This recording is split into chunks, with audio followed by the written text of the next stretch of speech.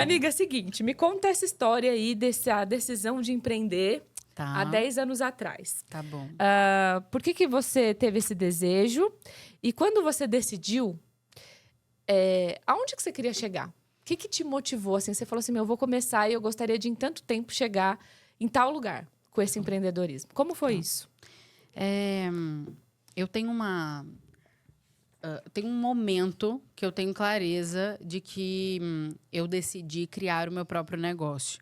E é por isso que eu valorizo tanto esses momentos de podcast, porque foi com conteúdo gratuito também. Né? Olha que legal. Você lembra daquelas pílulas da CBN? Lembro. Aí tinha do Cortella, do Max Geringer, né? E mandaram uma pergunta para o Max Geringer. Eu adorava ouvi-lo. Eu era treinadora no corporativo, né? Então, ele era muita referência para mim. Aí mandaram uma pergunta assim: tenho 40 anos de empresa. Do nada me demitiram. E agora o que eu faço? E aí ele deu uma resposta que nunca mais saiu da minha cabeça. Hoje eu enxergo a resposta dele do outro lado, né? Mas naquela época eu enxerguei do lado da empregada. E ele falou assim: a empresa ela é uma grande máquina. E ela tem várias pecinhas na engrenagem. Muitas vezes você é uma peça que começa a falhar, enferrujar. Ou se ela trocar você por uma outra, ela vai produzir mais. E tá tudo bem. Porque a empresa, ela zera a dívida dela com você todo mês. Toda vez que ela te paga, ela zerou a dívida dela com você. Então, às vezes, você só era uma engrenagem que ela precisou trocar. Não significa que você é ruim e não significa que ela não te agradece por todo o tempo que você ajudou aquela máquina a funcionar. E como empregada, aquilo bateu em mim do tipo, gente, eu vou ficar esperando ser trocada? Não. Eu vou criar minha própria empresa, porque daí eu não vou ser trocada nunca. Porque sou eu que mando. Então, o primeiro impulso que eu tive foi de controle, né? Foi de autonomia, foi de ter poder. Tanto que depois que isso destravou na minha cabeça, cara, porque onde eu trabalhava, a gente batia ponto, né? Nossa, cara, bater ponto, pra mim, era um sofrimento. Quando eu decidi, sabe?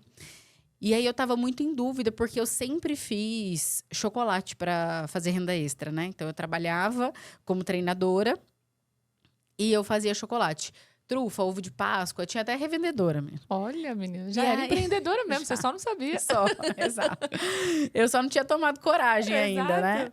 E então eu entrei num ciclo dos 22 aos 23 anos, eu entrei num ciclo de reflexão. Eu vou empreender com chocolate, que eu já faço isso, mas vou transformar isso num negócio sério, formalizar e tudo. Ou eu vou dar uma chance para psicologia, porque eu estudei psicologia. Estava terminando a faculdade, inclusive, na época.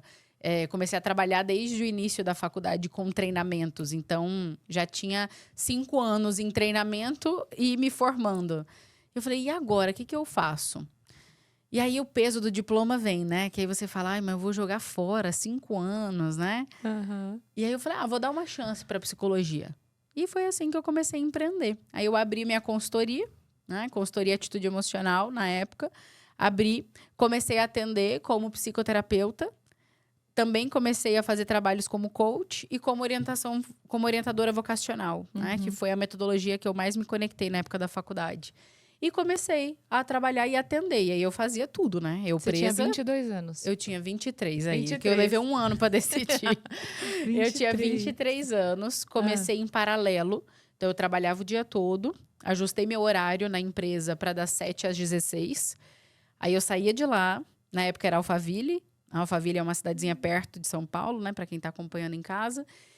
E aí eu atravessava e ia para Vila Mariana. Nossa! Porque eu sublocava uma sala dentro da associação que eu me especializava em psicodrama. Que era baratinho e tal. Eu falei, vou fazer aqui mesmo. E aí eu já fico para estudar, né? E aí eu comecei desse jeito. E aí você dava treinamento do quê? Menina, você tinha já turma de gente para treinar? Como que claro era isso? Claro que não. Eu comecei do zero. Do -2. Do -2. Às vezes é mesmo. E aí, o que aconteceu foi... Eu tive o privilégio de ter escolhido uma formação em coaching da Suzy Fleury. E a Suzy, ela ensinava até a venda. Olha, que Ela legal. ensinava até o método de venda. Ela não ensinava só ferramentas de coaching, né? Ela ensinava o método dela e ensinava como vender. E eu sou muito executora até hoje. Então, ela me ensinou um plano, eu falei, tá. Aí eu fiz conta. Se eu fizer 10 sessões de avaliação e fechar um, né? Já enxerguei um número. Então, para eu fechar 10, eu preciso fazer 100 na minha cabeça. E assim, eu coloquei de meta para mim. Então, eu tinha que ir buscar, no mínimo, 4 sessões de avaliação por semana para eu fechar um a cada 15 dias, sabe? Aí, quando o negócio começou a acontecer, quando eu fiz a primeira venda, aquilo começou a ganhar uma velocidade dentro de mim. E eu tinha muito claro, eu tinha que aumentar o volume de sessão de avaliação, que hoje é o nosso modelo de Insight Sales, né? Que é fazer diagnóstico, fazer reunião, fazer teste. Aí cada um tem uma nomenclatura. A nomenclatura da Suzy era sessão de avaliação inicial. Era assim que chamava.